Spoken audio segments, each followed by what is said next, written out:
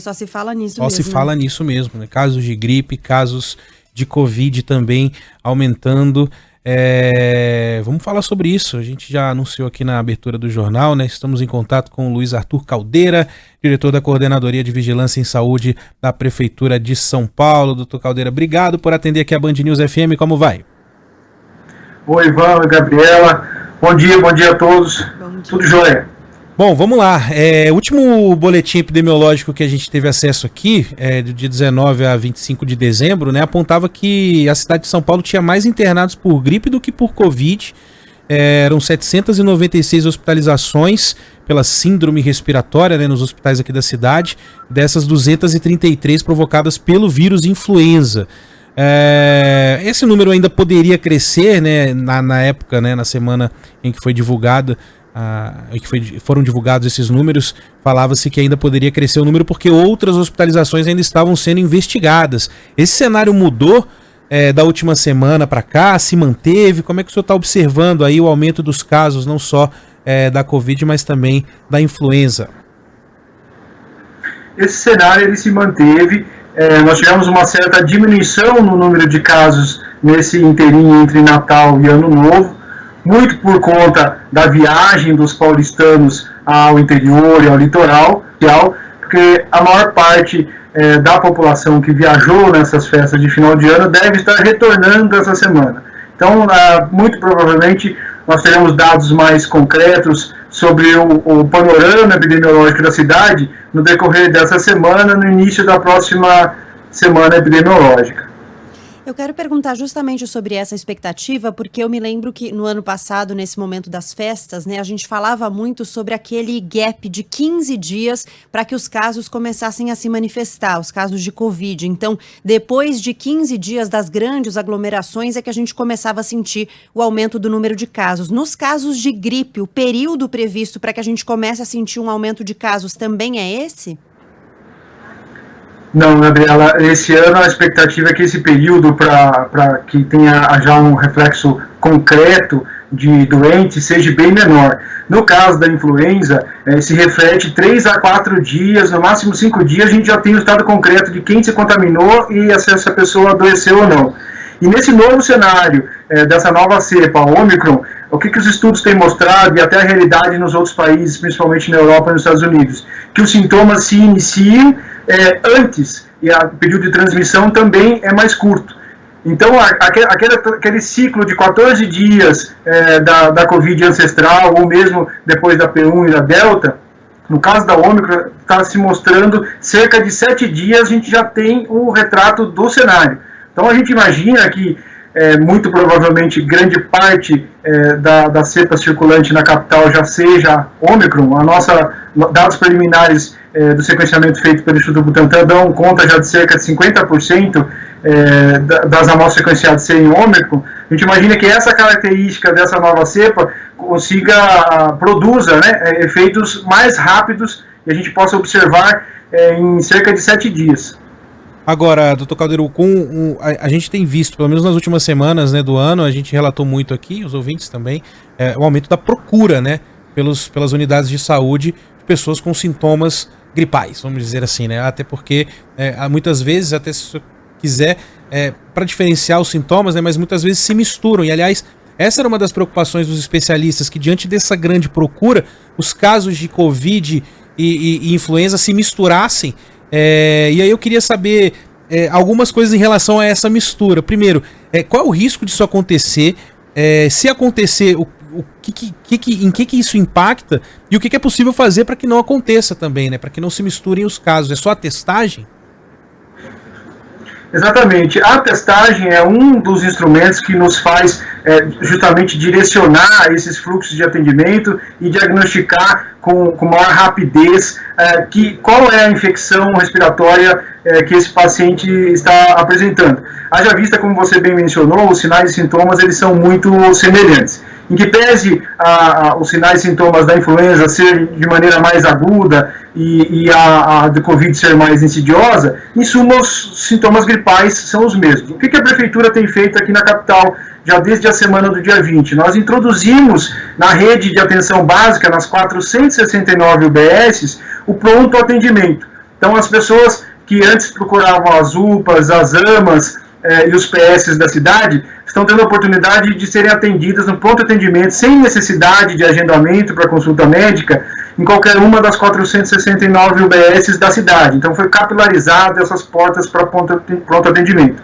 E nessas portas, esses fluxos especiais para pronto atendimento, aliás, no qual a gente até indica para que as pessoas procurem primeiramente a UBS do seu bairro, para depois procurar uma unidade de emergência. Por quê? Porque lá também estão sendo disponibilizados a testagem rápida para influenza.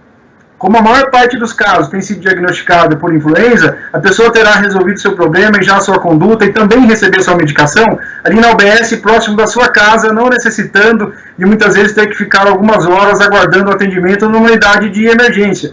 E lembrando que influenza, o quanto antes você entrar com a medicação específica, o quanto antes você não adoece e você também não necessita de internação. Então, a Prefeitura fez esse movimento de testagem e abertura de pronto atendimento em todas as UBS para justamente identificar precocemente esses casos de influenza, para que as pessoas possam tomar os cuidados, para que as pessoas possam se medicar e também não se expor ou expor outras pessoas à contaminação. Hoje a orientação, desculpa Gabi, a orientação para quem tem sintomas, qual é?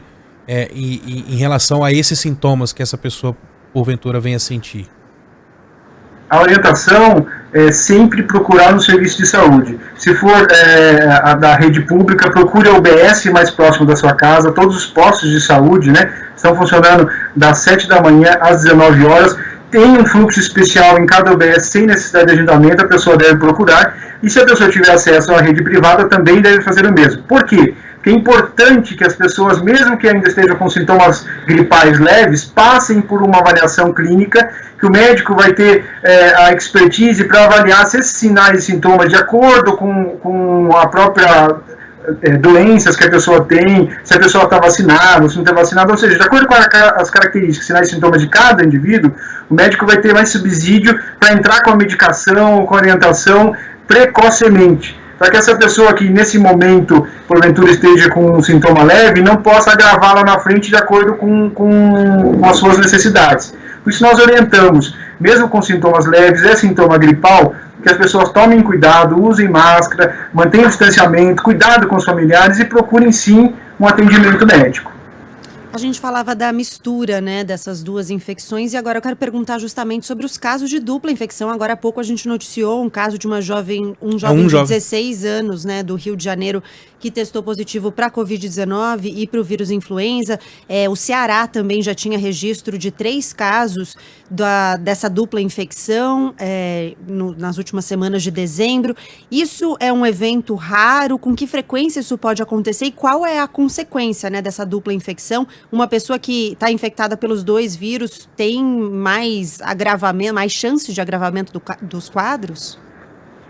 Esse é um quadro, ainda é cedo para dizer se é raro ou não. O que a gente poderia usar o termo mais correto seria, ou mais aplicável, seria que é um quadro novo, né? Nós não tínhamos até então, na história natural da doença, principalmente a Covid e também a influenza, essa concomitância, porque nós não havíamos tido muitos casos ao mesmo tempo. Então é um quadro novo que está sendo avaliado. Nós estamos monitorando essas co-infecções, justamente com a introdução rápida, de teste rápido para Covid, teste rápido para influenza, para que às vezes a gente possa ter o diagnóstico mais preciso. O que é importante salientar? Logicamente que para aqueles grupos de risco, que são os extremos de idade, os muito idosos, ou os bebezinhos, as crianças menores, ou mesmo as pessoas que têm comorbidade, o advento de uma dupla infecção, de uma infecção por Covid, que tem certa gravidade, principalmente para aquelas pessoas que não tomaram a 3ª dose de reforço contra o Covid-19, junto com uma virose aguda, que é a influenza, pode levar essas pessoas a terem complicações e hospitalizações. Então, principalmente para os grupos de risco, nós vemos com preocupação essas co-infecções e infecções simultâneas, né, de influenza e Covid-19. Tem uma pergunta da nossa ouvinte Ângela. O senhor falou da importância de procurar atendimento já aos primeiros sintomas e ela pergunta se quem tem acesso a teleconsultas, né, telemedicina, se isso pode ser um caminho até para não encher os postos de saúde. E ela diz que no caso dela, ela realmente não tem condições de sair de casa e às vezes a gente sabe que a espera complica bastante, né? Eu tive essa gripe fortíssima na semana do Natal, 3 horas e meia de espera no pronto-socorro particular. Com uma febre de 38,5, não tinha condições de esperar. Voltei para casa e fiz uma teleconsulta, depois precisei ir ao hospital mesmo por agravamento do quadro, mas pode ser uma opção, pode ser uma possibilidade para quem tem acesso a esse recurso? Pode. É justamente a orientação médica que é o que importa nesse momento. Porque o médico vai fazer algumas perguntas ali e avaliar o seu quadro clínico em busca de sinais de gravidade e possível repercussão negativa ou prejudicial do quadro gripal, né? Ele, mesmo que ele não tenha condições naquele momento de dizer para você é Covid ou é influenza, mas ele tem condições de avaliar o estado geral do paciente, potenciais riscos e fazer a indicação correta. Você volta a nos contactar daqui 3 dias, toma essa medicação sintomática, se melhorar faz isso, se não melhorar procura um serviço de saúde. Essa orientação inicial, mesmo por teleconsulta, para quem tem essa condição, é fundamental. Porque o profissional que vai identificar se você tem algum risco de agravamento ou não é o profissional médico. Por isso nós, neste momento, não dispensamos as pessoas de passarem uma consulta médica. Muito bem. Até para, como o senhor falou, né, chamar atenção para que as pessoas, ou a que as pessoas devem prestar atenção para procurar um serviço físico mesmo, né, procurar o pronto atendimento. No meu caso, por exemplo, o médico chamou atenção, falou, olha, fica prestando atenção na sua saturação, eu tinha oxímetro em casa, fiquei medindo, e foi por isso que eu voltei ao pronto atendimento, porque a minha saturação caiu, não subia, e aí o médico já tinha me avisado, olha, se a sua saturação cair, aí sim, isso é um sinal importante para você procurar ajuda. Então o médico também vai chamar atenção para isso, né? Para dizer, olha, presta atenção nisso, presta atenção nesse sinal, né? Sim, é fundamental. A informação, Gabriela, é o que salva a vida das pessoas, né?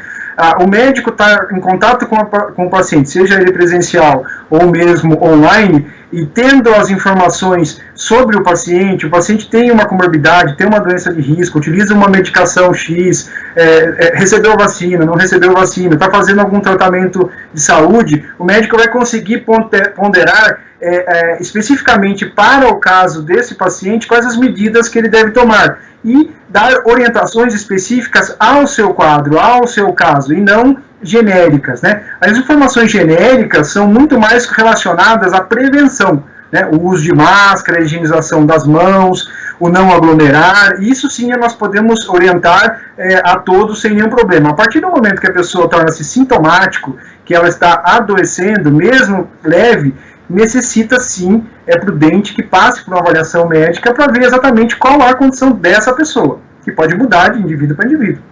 É isso. Bom, e a gente vai seguir acompanhando aqui informação, busque atendimento, tome a vacina também, e a gente vai contar, claro, com o Dr. Caldeira em outras oportunidades aqui, porque a gente vai seguir acompanhando a evolução dos números. Ele disse, né, Gabi, que os próximos dias que vão ser cruciais, né? Aí por causa da volta do pessoal que saiu, né, de São Paulo para passar o Réveillon, e justamente o impacto dessas festas de final de ano aí nos números. Luiz Arthur Caldeira, diretor da Coordenadoria de Vigilância e Saúde da Prefeitura de São Paulo, conversou conosco aqui no Band News São Paulo, primeira edição. Obrigado, viu, Luiz? Um abraço.